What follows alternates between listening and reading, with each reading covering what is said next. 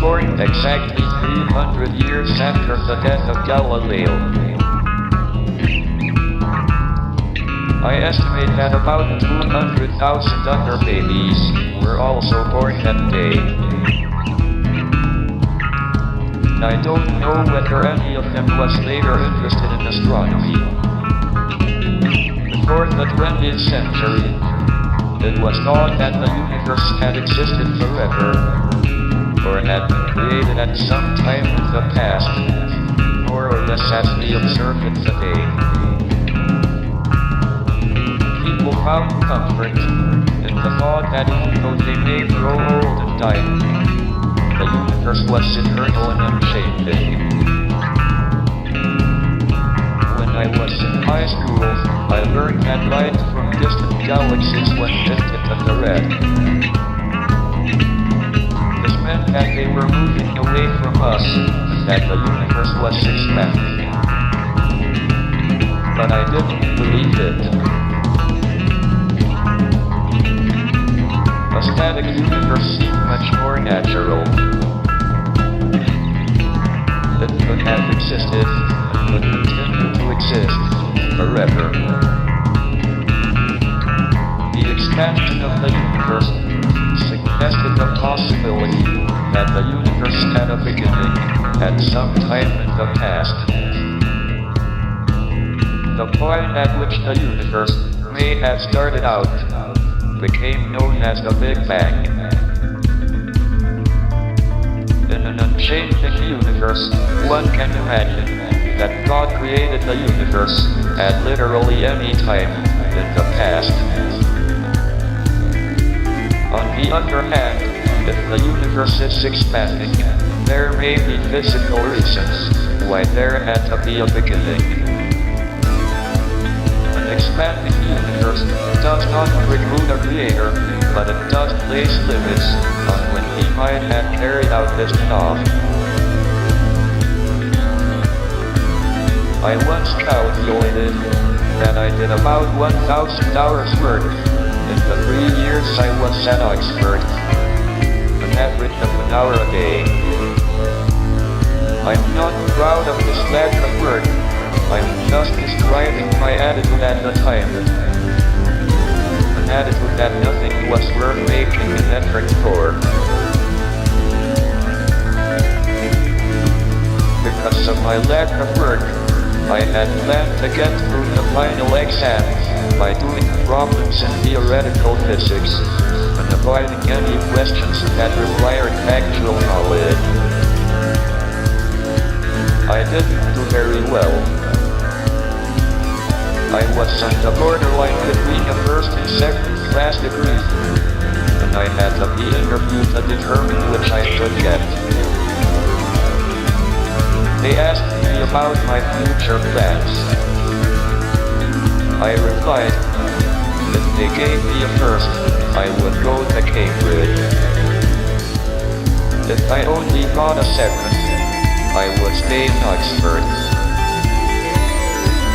They gave me a first.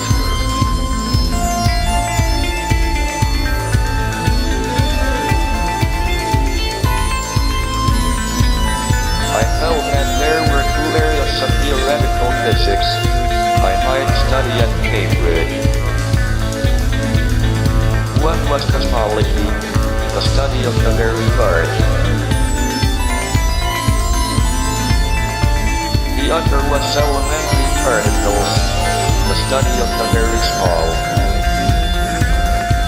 However, I thought that elementary particles were less attractive because there was no proper theory.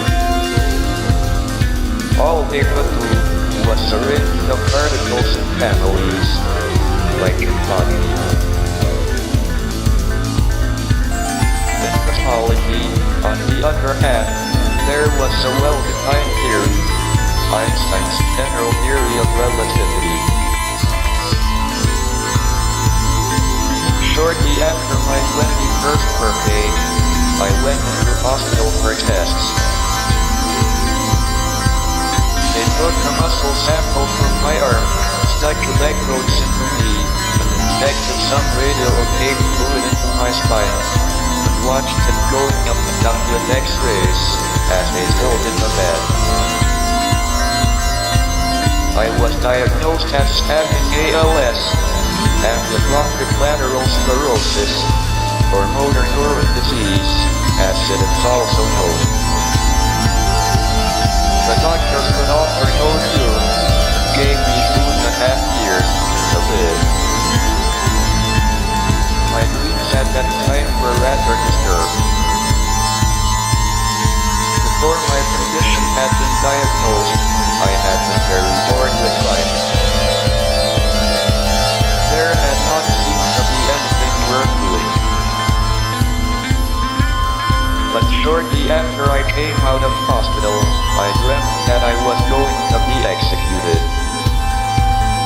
I suddenly realized that there were a lot of worthwhile things I could do if I were reprieved.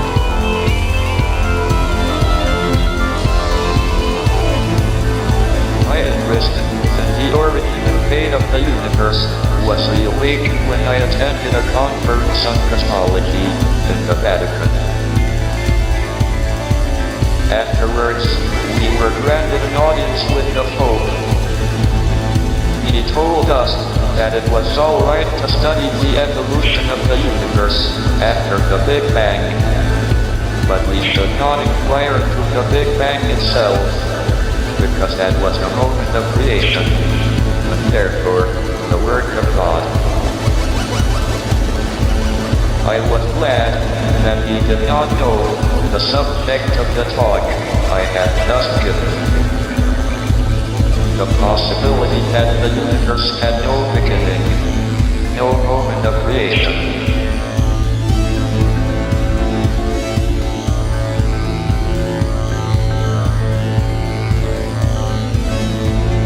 If we do discover a complete theory of the universe, it should in time be understandable in broad principle by everyone, not just a few scientists.